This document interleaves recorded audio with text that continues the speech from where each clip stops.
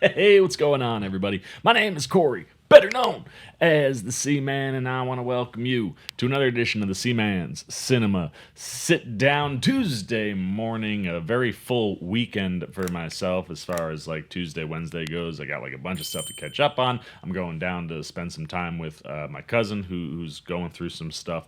So like I got a busy day in front of me today, and then tomorrow it's gonna be like edit city, dude. I got so much stuff to hit. It's crazy. But I love the fact that I woke up this morning to not one, but two trailer drops for two things that I'm quite excited about. And we start with the one that lands in my favorite realm of all of cinema. Yeah, you know what we're talking about. We're getting into some horror things, and I love when you can take something story-wise and expand upon it in the world of TV. And this is a character that started out in the cinemas and is coming over to HBO for some television stuff, and I am extremely intrigued with what we could be getting. What are we talking about? Why don't you pull up a chair, take a seat? We are getting ready to take a look at the official teaser trailer for It, Welcome to Derry, which comes to HBO and will live on HBO Max. And that's just a quick side tangent from me. How hysterical is this stuff with Warner Brothers right now? I mean, you had HBO Max,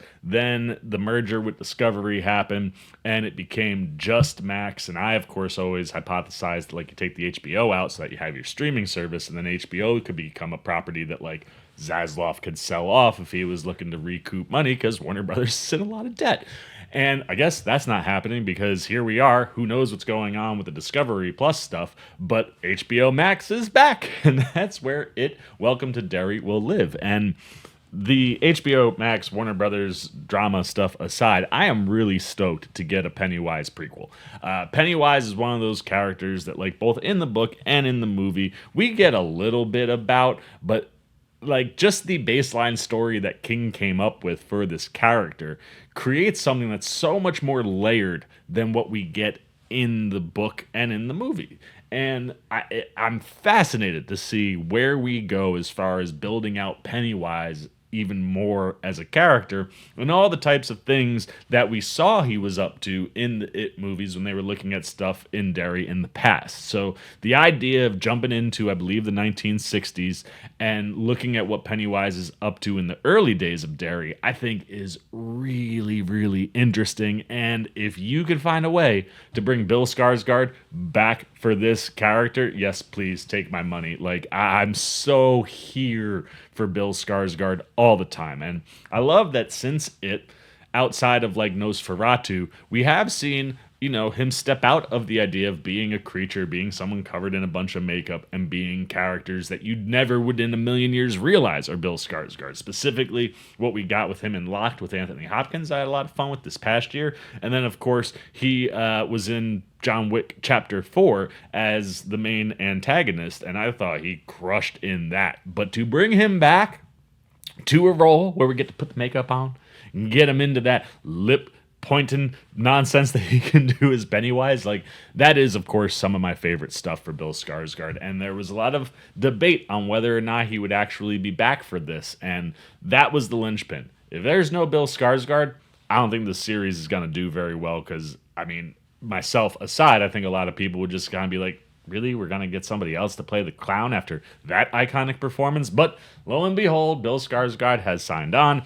He's involved, and again, I just love the idea of him picking up things as Pennywise for this series. So outside of that, I don't really know anything, so I don't think there's any reason to keep yapping. It's time to spin over, get the trailer up for you. I've got it sitting right here in front of me, and let's take a look at what we are getting with the official teaser trailer for It, Welcome to Derry. Ooh, winter. Young kid. Don't hitchhike, man. Poor thing. Get in before you catch your death of cold.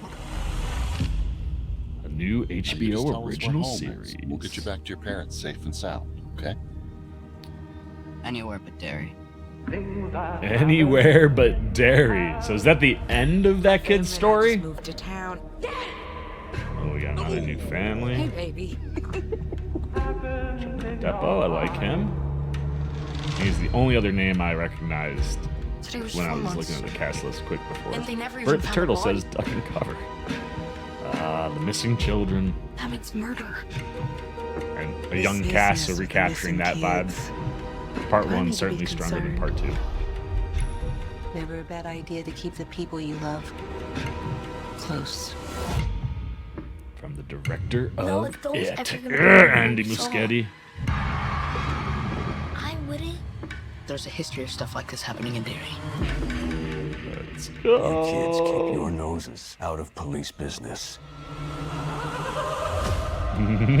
Go back to where it I all heard began. voices. In the pipes. I bet you're hearing him and music and stuff in the background too, the whole trailer.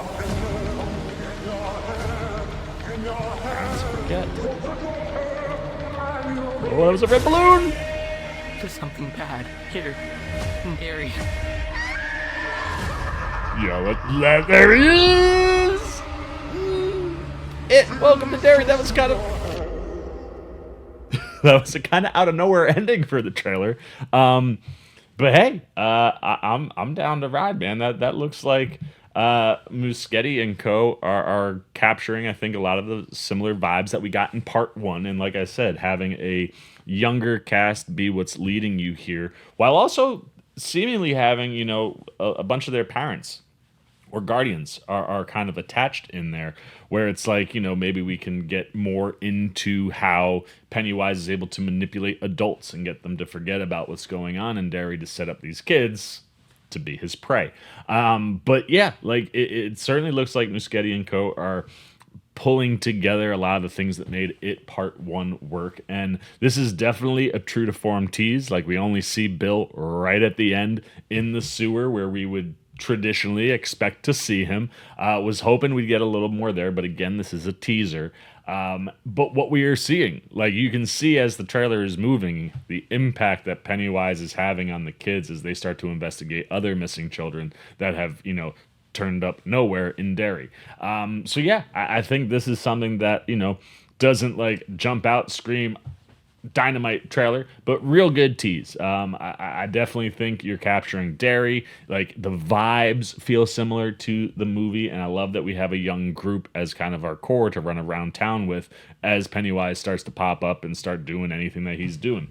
The one thing that I did like was the slow transition from like a new family coming into Derry, right? And like you're seeing, you know, like here's a loving family, everybody's happy, like you're seeing that, and then as the trailer moves on, you just start to see more and more things that are concerning, right? Like the amount of kids that are missing, the way the adults start to kind of also go down this rabbit hole of like not being helpful for the kids. You know, like you're starting to see like the grins and the smiles on the faces of some of the adults who are being impacted by Pennywise or are Pennywise in disguise. One of the things I love about a shapeshifter. But like, I love that you're kind of seeing that downward spiral and that this group is gonna be looking for things and getting roadblocked by the police. And there clearly seems to be impact to the adults. Like, we're looking, I mean, here more kids, but like going to the drain, hearing Pennywise's laughter, hearing his music. I love getting that stuff. And like, from beginning to end, you're just seeing the story wearing on the kids. Like, the faces that these kids have as you're moving through town, you know, it's getting worse and worse. It's getting darker and drearier. And the same thing starts happening with the adults, you know, whether it's the people who are smiling or you're starting to like this. That shot really got me.